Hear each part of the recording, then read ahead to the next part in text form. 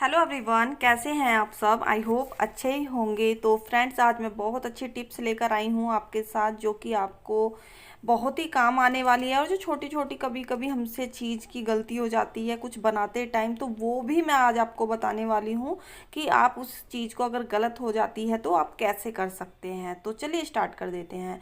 तो फ्रेंड्स, पहली जो टिप्स है मेरी राजमा को लेकर है। क्या होता है, कभी कभी हमारा राजमा कुछ तो कच्चा रह जाता है और कुछ अच्छे से घुल जाता है। तो इसके लिए हमें क्या करना होगा, सबसे पहले तो आप राजमा का जैसे कि कुछ नए राजमा आते हैं और कुछ पुराने राजमा होता है। जो पुराना राजमा होता है वो थोड़ा गलने में टाइम लगता है, और जो ताज़ा राजमा होता है वो आराम से गल जाता है। लेकिन हम अगर पुराना राजमा भी हो या फिर आपका नया राजमा भी हो, तो आप क्या कर सकते हैं, जैसे कि हम रात को भिगो देते हैं राजमे को, तो तब भी मैं आपको बता रही हूँ, तब भी आपका जो राजमा है वो कच्चा रह जाता है। तो आप इसमें थोड़ा सा खाने वाला सोडा और थोड़ा सा नमक डाल दें, तो आपका राजमा अच्छे से उबल जाएगा।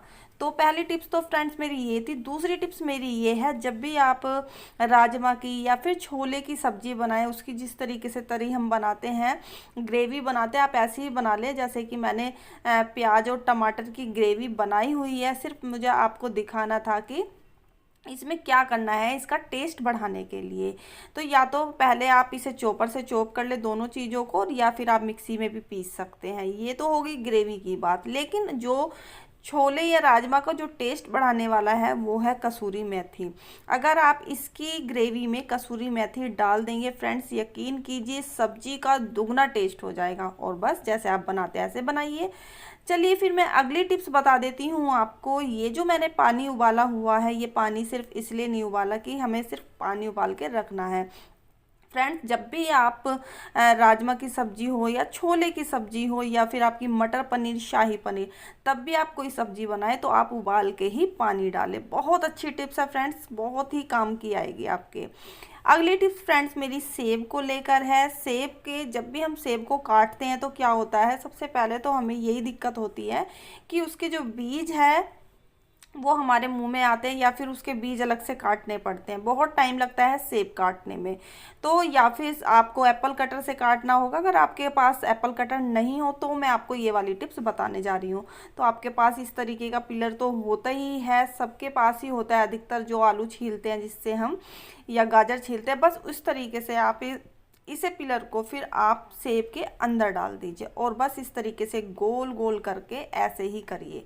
और जितने भी आपके अंदर एप्पल के अंदर बीज हैं वो सारे आराम से निकल जाएंगे। बस आपको गोल गोल घुमाना है, बाकी कुछ भी नहीं करना है। और फ्रेंड्स, मैं एक चीज़ और बताऊंगी, जब भी आप एप्पल को लें तो थोड़ा सा देख लें कि रसदार है कि नहीं है, क्योंकि आजकल मार्केट में ऐसे ही आ रहे हैं कि रस तो होता नहीं है, बस इस तरीके से फोके फोके आ जाते हैं। तो इस तरीके से आप इस चीज़ का मतलब कि देख भी सकते हो कि भाई एप्पल कैसे अच्छे निकलते हैं। तो बस मैंने दोनों तरफ से इस तरीके से गोल गोल कर लिया है। ये देखिए, जितना आप अंदर से गोल गोल कर देंगे, यानी कि वो सारे बीज इसके आराम से निकल जाएंगे। अब आप देख सकते हैं इसके अंदर एक भी बीज नहीं है, और आराम से आप काटें और बस अपने बच्चों को खिला दें। चाहे तो आप छिलके सहित खिला दें और चाहे तो आप छिलके उतार के खिला दें। लेकिन छिलके जो होते हैं एप्पल के बहुत अच्छे होते हैं, छिलके सहित ही खाना चाहिए वैसे तो सेब। लेकिन अगर नहीं खा पाते, ये कोई प्रॉब्लम है, तो आप छिलके उतार के भी खा सकते हैं। तो अगली टिप्स फ्रेंड्स मेरी बहुत ही अच्छी है। आज मैं आपके साथ शेयर करने जा रही हूँ गाजर और मूली के अचार की रेसिपी। वैसे तो सभी को आती है, लेकिन जो बिगिनर्स होते हैं तो उन्हें शायद दिक्कत होती है। तो चलिए मैं बता देती हूँ, बहुत इजी तरीके से बताऊंगी जो कि सभी बना लेंगे। तो यहाँ पर बस सौंफ ले ली थी, यहाँ पर सौंफ को हमने अच्छे से पीस लिया है। अब उसके बाद ये है राई, और जो ये थोड़ी थोड़ी देख रहे हो ये है कलौंजी।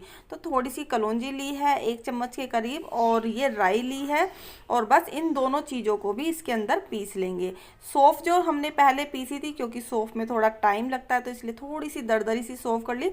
फिर उसके बाद जो ये मसाले थे ये भी इसके अंदर डाल के पीस लिए। बस इस तरीके से ये मसाले पीस चुके हैं और थाली के अंदर हमने ये डाल दिए हैं। तो आप देख सकते हैं अच्छे से मसाले दरदरे पीस चुके हैं, ज़्यादा बिल्कुल महीन नहीं पीसने हैं। और यहाँ पर बस यहाँ पर थाली में लगा लिए थोड़ी सी हल्दी, नमक, और जो मसाला भी पीसा था, और ये है उबला हुआ सरसों का तेल। तो फ्रेंड्स, जो सरसों का तेल होता है उसे उबाल के ही डालिए। और ये जो आप गाजर मूली देख रहे हैं ना, इन्हें अच्छे से धो के अच्छे से धूप में सुखा के तब इन्हें लिया है। तो यहाँ पर उबला हुआ तेल लें आप, जिससे क्या होगा, जो उबलता हुआ जो तेल होता है ना, वो आपके अचार को बिल्कुल भी ख़राब नहीं होने देता। तो यहाँ पर बस जो मसाले अभी पीसे हैं, नमक है, हल्दी है और राई है, कलौंजी है, सौंफ है, जो इसका पाउडर हमने बना के रखा है वो इसके अंदर डाल देंगे। और हमेशा ये चीज़ का ध्यान रखें, हमेशा जब भी तेल डालें आप सरसों का, वो उबाल के डालें, क्योंकि अगर हम उबाल के तेल नहीं डालते तो हमारा जो अचार है वो ख़राब होने का डर रहता है। और एक दूसरा फ़ायदा ये है कि अगर आप इस तरीके से, या तो इस तरीके से डालें या फिर तेल को उबाल के जो मसाले हैं सारे मसाले उस तेल के अंदर डाल दें, उबलते हुए तेल के अंदर कढ़ाई में ही, तो आपका जो अचार है बिल्कुल तैयार तुरंत ही हो जाएगा। यानी कि आप 1 घंटे बाद उस अचार को खा सकते हैं। या फिर दूसरा तरीका ये है कि मसाले को इस तरीके से अलग अलग डाल दें और ऊपर से उबला हुआ तेल डाल दें, तो वो फिर उसके बाद इसे धूप में रख दें। तो ये आपका जो 1 या 2 दिन में अचार तब भी आपका पक के तैयार हो जाएगा। और अचार बहुत ही अच्छा लगता है। ऐसा अचार गोभी का भी डाल सकते हैं आप इसी तरीके से, और जैसे हमने गाजर मूली का अचार डाला है। बस अब इसे ढक के रख देंगे और 1-2 दिन धूप के अंदर रख दें, फिर इसे डब्बे के अंदर रख देंगे। बहुत इजी रेसिपी है ये, सिर्फ उनके लिए है जिन पे बिल्कुल भी अचार डालना नहीं आता। बहुत ही सिंपल सी है। तो आप इस तरीके से आप गाजर मूली गोभी का अचार डाल सकते हैं, और इसी तरीके से आप मिर्च का अचार भी डाल सकते हैं। बहुत ईजी अचार है, तो बस इस तरीके से आप डालें। चलिए फिर अगली टिप्स की तरफ। तो फ्रेंड्स अगली टिप्स मेरी लौकी को लेकर है। लौकी की सब्जी जब भी हम बनाते हैं, सिर्फ आप एक टिप्स का ध्यान रखें, जब भी आप लौकी चने की दाल बनाएं या फिर लौकी आलू की सब्जी बनाएं, आप सिर्फ एक चीज़ का ध्यान रखें, जब भी आप कुकर में सीटी लगाएं, आप उसे सबसे पहले छोंकने से पहले उसे उबाल लें। बस आपको छोंकना नहीं है, पहले आपको सबसे पहले से उबालना है। तो इसका उबालने के बाद जब बाद में छोंकोगे ना, तो इसकी सब्जी का टेस्ट डबल हो जाएगा। तो ये वाली टिप्स ज़रूर आजमा के देखें। अगली टिप्स फ्रेंड्स मेरी बहुत ही अच्छी है। जैसे कि हम साग बनाते हैं, आपको पता है जब भी साग बनाते हैं, जो हमारे छींटे साग के बहुत दूर दूर तक चले जाते हैं। तो इस तरीके से जब भी आपको साग को छोंकना हो, तो बहुत छोटी सी टिप्स है, और लेकिन बहुत ही काम की टिप्स है। तो जैसे भी आपको छोंकना हो, प्याज डालनी है या कुछ भी डालना, लेकिन मैं जब भी साग को छोंकती हूँ सिंपल तरीके से छोंकती हूँ। जैसे कि लहसुन की कलियाँ, थोड़ी सी सूखी लाल मिर्च और बस थोड़ा सा हींग, ये सब चीज़ डालती हूँ छोंकने के लिए। और फिर उसके बाद जब भी आप साग को छोंके, तो आप क्या काम करें, 1 चमचा साग ले लें और इस तरीके से छोंक के अंदर डाल दें, ऊपर से तुरंत ही प्लेट ढक दें। जब ये साग थोड़ा सा ठंडा हो जाएगा, यानी कि इसका जो छोंक है ठंडा हो जाएगा, वो फिर उसके बाद डालें। इससे क्या होगा, जब आपका जो छोंक है वो ठंडा हो जाएगा, जब आप सारा साग डाल देंगे, फिर कोई फ़र्क नहीं पड़ेगा, ना छींटे आएंगे, ना कहीं आपकी प्लेट गंदी होगी, ना कोई दीवार गंदी होगी।